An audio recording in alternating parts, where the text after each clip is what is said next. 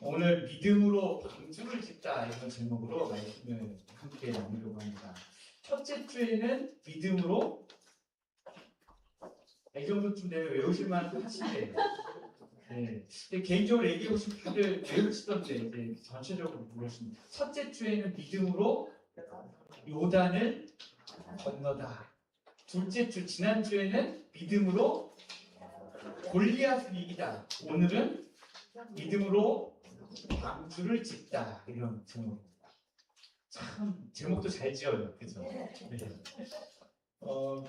믿음으로 방주를 만들다가 아니라 믿음으로 방주를 짓다 이랬습니다. 만들다와 짓다는 굉장한 차이가 있습니다. 만들다라고 하는 것은 이제 우리가 이렇게 눈에 어느 정도 규모가 좀 소규모일 때 우리가 만들다라는 말을 많이 쓰곤 합니다. 그러나 짓다라고 하는 것은 거의 엄청난 규모의 건축물을 우리가 지을 때 짓다라는 말을 쓰곤 합니다. 영국의 옥스퍼드 대학교는 이제 다 들어보셔서 아시죠? 우리 생각에는 우리나라에 있는 대학교를 생각하면 서울대학교, 그리고 서울대학교 부지가 있잖아요. 그죠? 포항대학교, 그러면 포항공과대학교에 부지가 있잖아요. 근데 영국에는 가면 그런 게 없어요. 동네에 막 학교가 여기저기 막 흩어져 있다고 그래요. 그런데 그 옥스퍼드 대학교에 가면 1379년에 지어진 뉴 칼리지 대강당이라고 하는 건물이 있대요. 여기서 학생들이 밥도 먹고, 제가 사진으로 보니까 층고도 엄청 높고요. 그 층고가 엄청 높은데 그 높은 끝에 대들보가 막 있는 거예요. 근데 그 대들보를 뭘로 만들었냐면 떡갈나무로 만든 대들보였습니다. 그런데 그 떡갈나무 대들보가 있는데 어느 날 그 학교에서 곤충학을 전공하는 한 학생이 곤충을 연구하다가 그 뉴칼리지 대강당 안에서 딱정벌레가 날아다녀요. 그래서 이 딱정벌레가 어디서 날아왔지? 하고 딱정벌레가 날아온 위치를 추적하다 보니까 그 떡갈나무로 만든 대들보 위에 딱정벌레들이 집을 엄청나게 짓고 있는 거예요. 그래서 학교에 난리가 났습니다. 이거 곧 지금 무너지게 생겼다. 이거 빨리 이 대들보 갈아야 되는데 그 대들보가 워낙에 큰 대들보여가지고 폭만 12m래요.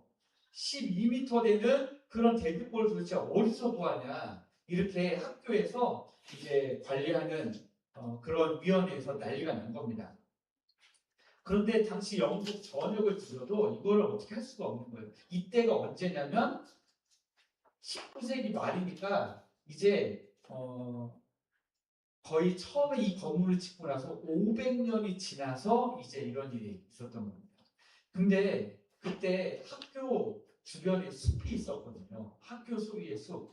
그래서 그 위원회에서 이런 말이 나온 겁니다. 혹시 우리 숲에 떡갈나무가 있을지도 모른다.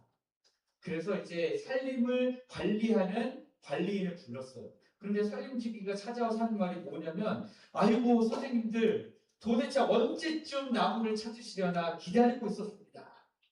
이러는 거예요.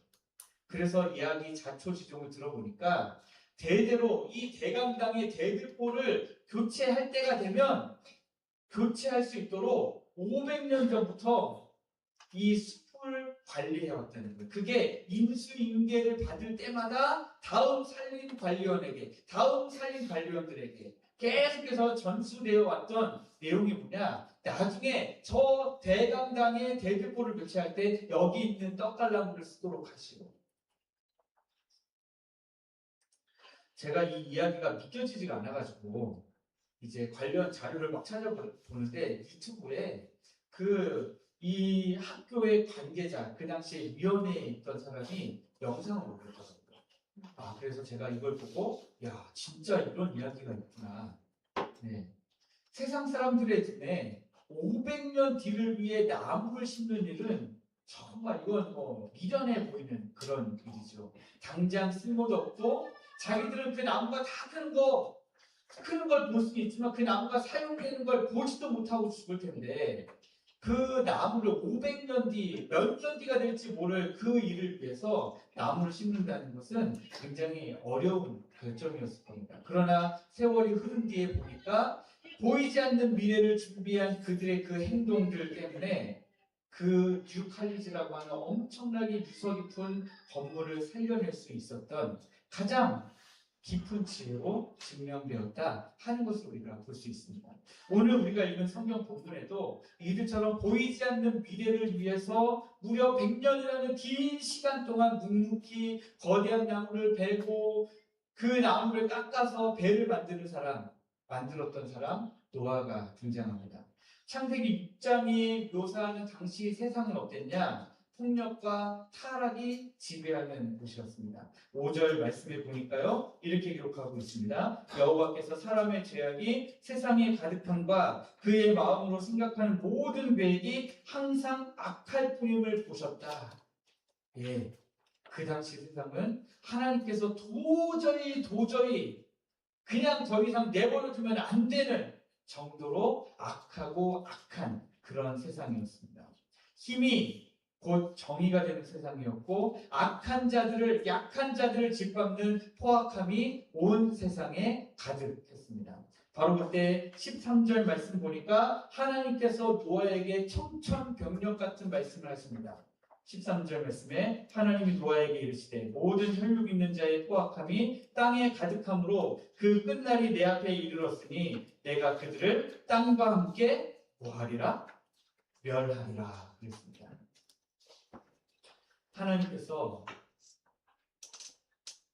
천지를 창조하시고 그 가운데 에덴 동산을 창설하시고 거기에 아담과 하와를 두신 이후에 그 아담과 하와가 뱀의 꼬임에 넘어가서 범죄하고 그리고 타락해서 에덴 동산에 쫓겨난 이후에 그들로부터 시작된 모든 인류들이 그 죄에서 벗어나지 못하고 그 죄로 인해서 그 죄가 더욱더 더 깊어지고 강화되고 심해지기만 했던 그 결과 이제는 하나님이 아예 다 쓸어버리셔야 되는 그런 심판이 선포된 것입니다.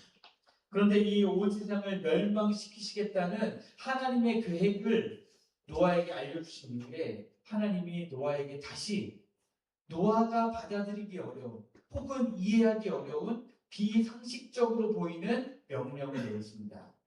그 말씀이 무슨 말씀입니까? 14절 말씀에 너는 고페로 나무로 너를 위하여 방주를 만들라 라고 하는 것입니다.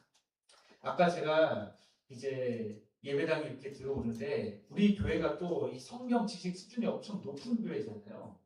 네. 다른 교회 성도들이 우리 교회 방문했다가 제일 먼저 놀라는 게 뭔지 아세요? 딱 들어오자마자 놀라는 거. 이 책상이에요, 책상. 도대체 공부를 얼마나 하려고 한다는 이런 책상을 예배당에 갖다 놨는가.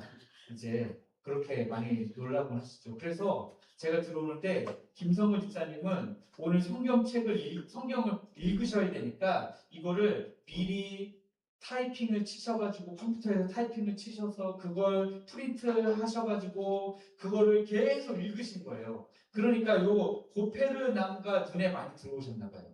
그래서 제가 들어오는데 목사님 고페르 나무가 잣나무지요? 하고 물으시더라고요. 잣나무라고 생각할 수밖에 없는 이유가 있습니다. 지금 우리가 보고 있는 이 성경은 번역본이 개역 개정 성경 번역이에요. 그런데 우리가 이거 전에 한 2007년 정도까지는 개역 한글이라고 하는 번역 성경을 봤어요.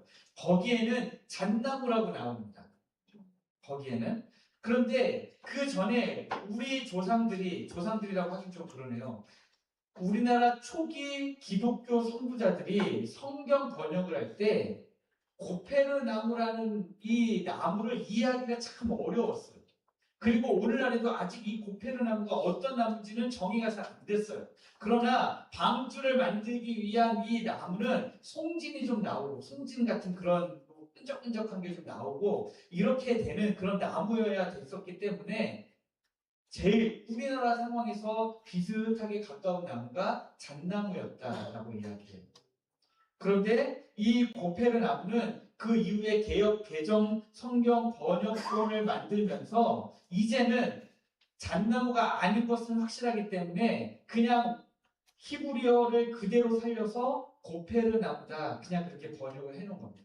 그래서 사실 이게 우리가 이해할 수 있는 수준 그런 이름 안에서 한국어로 번역된 어떤 다른 나무의 이름을 갖고 있지는 않아요. 다만 이제 이 나무를 오늘날 이해하기로는 사이프러스 나무 아닐까 이런 식으로 이해하고 있기는 합니다. 그런데 방주를 만들라 라고 명령하신 이게 노아로서는 상당히 받아들이기 어려운 그런 명령이었을 겁니다. 근데 여기서 또 하나 흥미로운 내용이 있는데요. 그 내용은 하나님이 이 이후에 방주를 만들라고 하신 이후에 이 방주의 크기는 어떠하고 어떻게 만들고 어떤 재료로 만들고 아주 상세하게 밀리미터 단위로 세밀하게 가르쳐 주셨는데 성경 전체를 다 찾아봐도 제가 이번에 다 찾아봤거든요. 정작 이 거대한 배를 어디서 지어야 되는지는 말씀 안 하셨더라고요. 여러분 어떠세요? 지금까지 노아의 방주는 우리가 생각할 때 어디에다 지었습니까? 산꼭대기, 그죠? 산꼭대기에다가 지은 게 노아의 방주다라고 알고 있어요.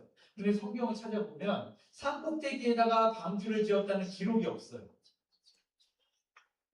그럼 우리는 왜 그렇게 착각하고 있냐? 노아의 방주가 홍수가 끝난 뒤에 어디에 이 배가 멈춰섰어요? 아라나산 꼭대기에 배가 멈춰섰죠. 그래서 이 노아의 방주를 우리가 생각하면 우리는 그림 성경에서 노아의 방주를 산 꼭대기에다가 짓는 그림을 많이 본 거예요. 그래서 우리 머릿속에는 노아가 이 방주를 산 꼭대기에다 지었구나. 말도 안 되는 일을 했네. 이렇게 우리는 생각을 많이 해왔습니다. 그런데 사실은 산 꼭대기에다가 짓지 않았어요. 배를 짓는다면 어디서 짓는 게 좋을까요? 당연히 배를 띄우기 쉬운 강가나 바닷가 근처에 짓는 것이 형식입니다.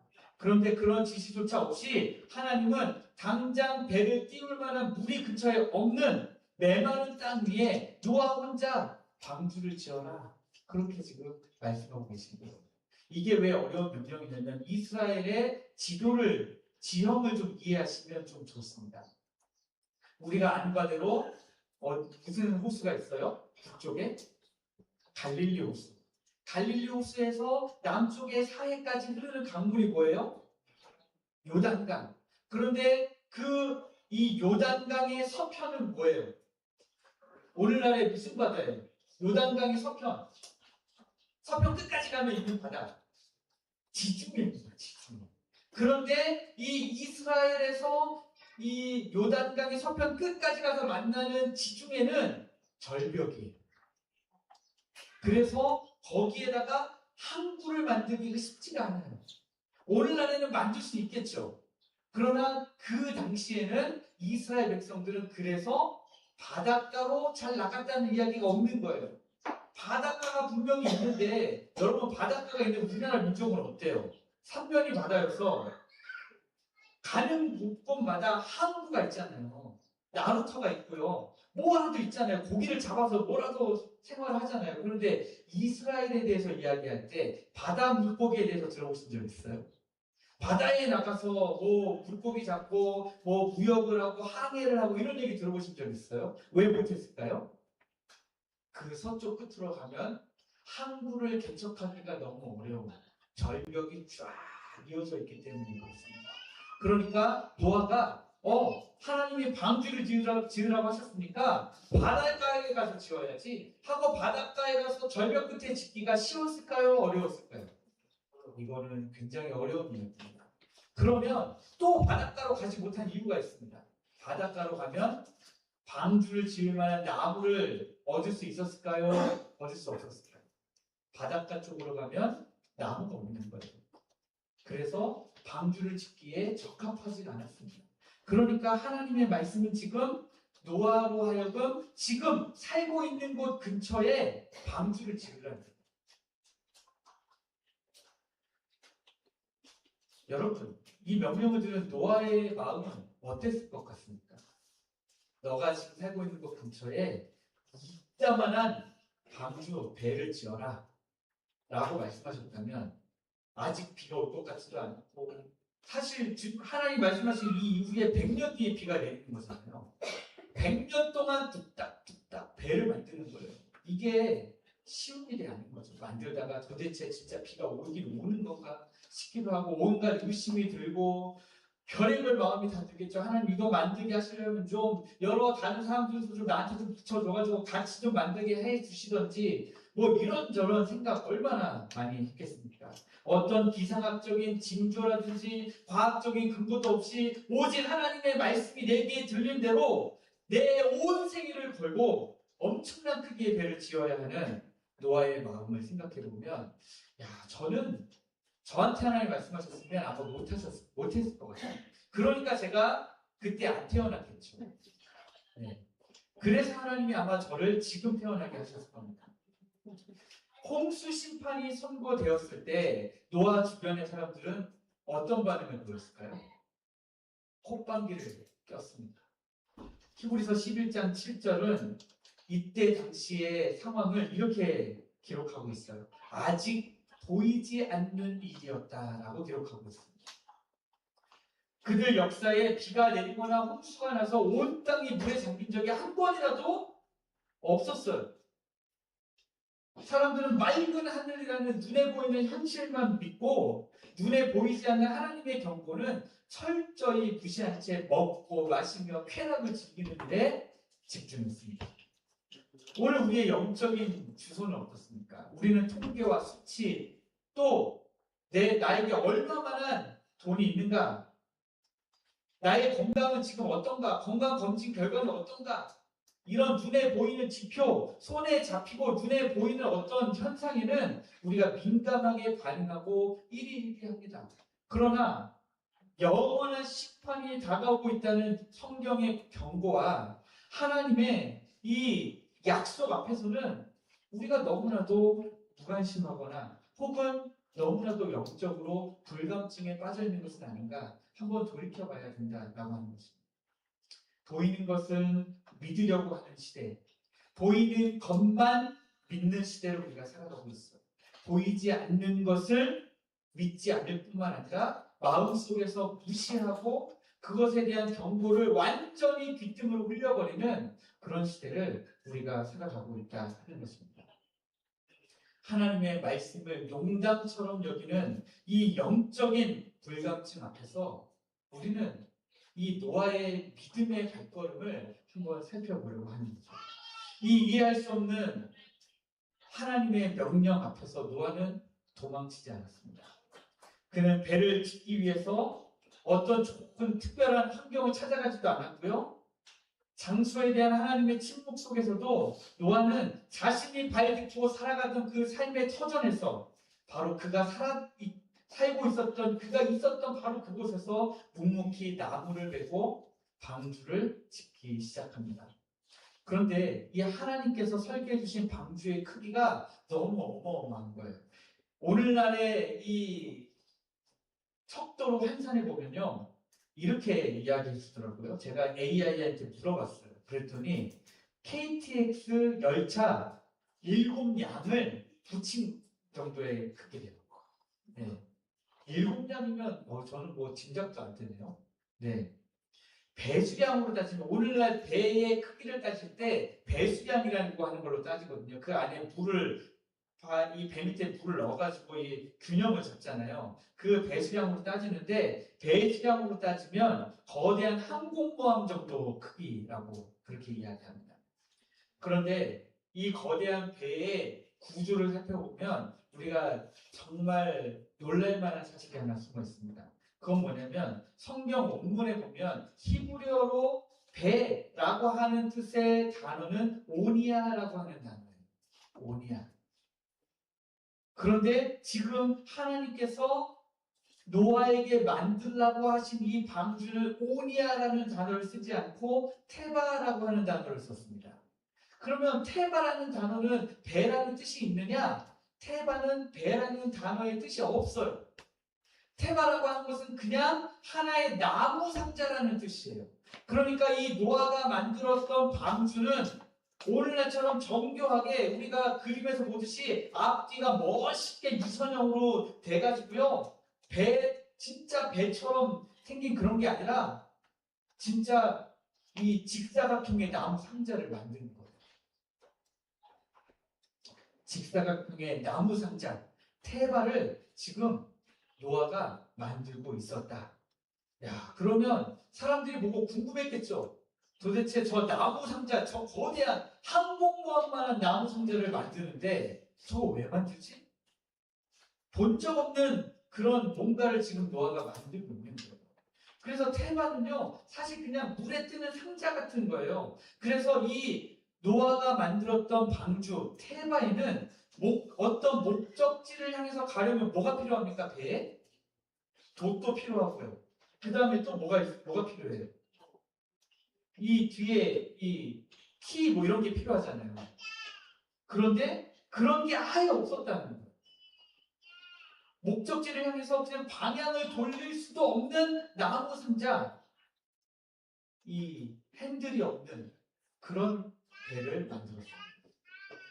그러니까 이것은 노아가 짓고 있는 이 테마라고 하는 나무 상자는 인간의 기술이나 의지로 조종할 수 있는 배가 아니었다라고 하는 거죠.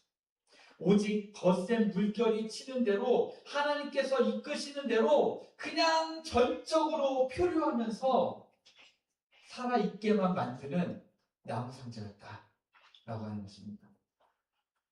그러니까 사실 우리 하나님께서 지금 14절에 너는 나무로 고페로 나무로 방주를 만들 때 라고 시작하고 쭉 말씀하신 이 규격이 정말 자세한 규격이긴 하지만 사실은 배로서는 역할을 할 수 없는, 과학적으로는 그냥 물 위에 떠다닐 뿐인 것이지 살기 위해서 어딘가 목적지를 향해서 갈 수 없는 그런 나무 상자, 그런 나무 상자를 지금 노아가 순종함으로 지었다라고 하는 것입니다. 그렇다면 이 수십 년이라는 그 길고 지루한 세월 동안에 노아가 포기하지 않고 망치질을 계속할 수 있었던 이유가 뭐냐? 우리가 사실 관심 가지고 싶은 부분은 오늘은 바로 이 부분입니다. 사람들이 지금 노아가 방주를 지을 때, 이 테마를 지을 때 옆에서 계속해서 비웃고 조롱합니다. 이거 도대체 뭐 짓는 거예요? 왜 짓는 거예요? 왜 이거 짓느라고 날마다 그렇게 망치질을 툭딱툭딱 하십니까? 왜 나무를 그렇게 다 베고 있어요? 노아의 대답은 한결같죠. 하나님이 이제 물로 우리를 심판하신다. 나더러 이거 지으라고 하셨습니다. 그때마다 사람들이 그 대답을 듣고 얼마나 웃었겠어요. 얼마나 비웃었겠습니까? 아니, 여기에 비가 내려서 홍수난 적이 없는데 어떻게 그런다는 거예요? 비가 내려서 홍수가 난다 한들 겨우 나는 홍수가 뭐예요? 헐몬산에 눈이 녹아서 갈릴리 홍수를 거쳐서 요단강에 그냥 언덕에 물이 넘칠 정도로 범람하는 게 전부예요. 나일강이 범람하는 게 전부예요. 그런데 지금 온 땅이 물에 잠긴다고 이 테마를 짓고 있는 노아를 보면서 사람들은 마음껏 비웃었을 겁니다. 그런 상황 속에서도 어떻게 노아는 꿋꿋이 하나님의 말씀에 순종할 수 있었는가라고 하는 것입니다. 히브리서 11장 7절은 이 노아가 테마를 끝까지 다 지을 수 있었던 동력을 한 단어로 설명하는데 바로 경외함이라는 단어입니다. 경외함. 히브리서 기자는 이렇게 기록하고 있습니다. 믿음으로 노아는 아직 보이지 않는 일에 경고하심을 받아 경외함으로 방주를 준비하였다. 이렇게 기록하고 있습니다. 여기서 말하는 경외함이라고 하는 것은 멸망이 무서워서 벌벌 떠는 게 아니에요. 그런 공포를 이야기하는 게 아닙니다. 하나님의 거룩하심과 엄중함 앞에 엎드리는 그런 거룩한 두려움을 이야기하는 겁니다. 사람들이 비웃는 것보다 나는 하나님의 말씀이 더 중요하다고 하는 거예요. 오늘 우리는 하나님의 백성들이라고 하는 이 성도들은요, 이 하나님에 향한 경외함이 너무 쉽게 빠져 있습니다. 오늘날에 우리는 세상을 경외하고 있습니까? 하나님을 경외하고 있습니까? 오늘날 우리는 세상의 눈을 너무 두려워해요. 하나님을 경외함이 우리의 동력이 아니에요. 세상이 비웃어도 하나님을 경외함으로 그걸 흔들리지 않고 나갈 수 있어야 되는데 그렇지 않다는 거예요. 우리는 너무나 많은 순간에 세상의 시선을 두려워하고 세상이 우리 교회에 대해서 뭐라고 말할까? 세상이 나에 대해서 뭐라고 말할까? 하나님이 나에게 주신 명령과 상관없이 그 명령과 약속이 있지만 그런 것들보다 그것을 내가 순종했을 때 사람들이 나를 얼마나 비웃을지 얼마나 우습게 볼지 그게 더 두렵고 무서운 그런 가치관을 가진 채 오늘날 우리가 신앙생활을 하고 있으니 우리가 과연 노아처럼 믿음으로 방주를 지을 수 있는가 라고 하는 것입니다. 노아에게는 눈앞에서 자신을 손가락질하는 사람들의 시선보다 눈에 보이지 않는 하나님의 말씀이 훨씬 더 무겁고 두려웠습니다. 그래서 세상의 상식보다는 하나님의 이 경고의 말씀 혹은 약속의 말씀을 더 노아는 받아들인 거예요. 이 하나님을 향한 경외함이 노아의 심장을 붙들었기 때문에 그는 아침마다 톱을 쥐고 나무를 베고 망치를 들고 나무들을 결합할 수 있었던 것입니다. 성경을 보면 이처럼 하나님의 비상식적으로 보이는 우리의 상식으로는 용납이 안 되는 혹은 우리의 경험으로는 이해할 수 없는 그런 하나님의 명령 앞에 온전히 순종함으로 구원의 역사를 이룬 또 다른 사건들이 예가 여러 있지만 저는 그 중에서 출애굽한 이스라엘 백성들과 모세가 광야 한가운데서 성막을 지었던 사건을 예로 들고 싶습니다. 먼지 날리는 척박한 광야에서 하나님이 말씀하신 값비싼 재료들을 이곳 저곳에서 동원해다가 그 복잡해 보이는 성막을 짓는 것은 좀 굉장히 어려워 보이죠. 어떻게 보면 불가능해 보이기도 합니다.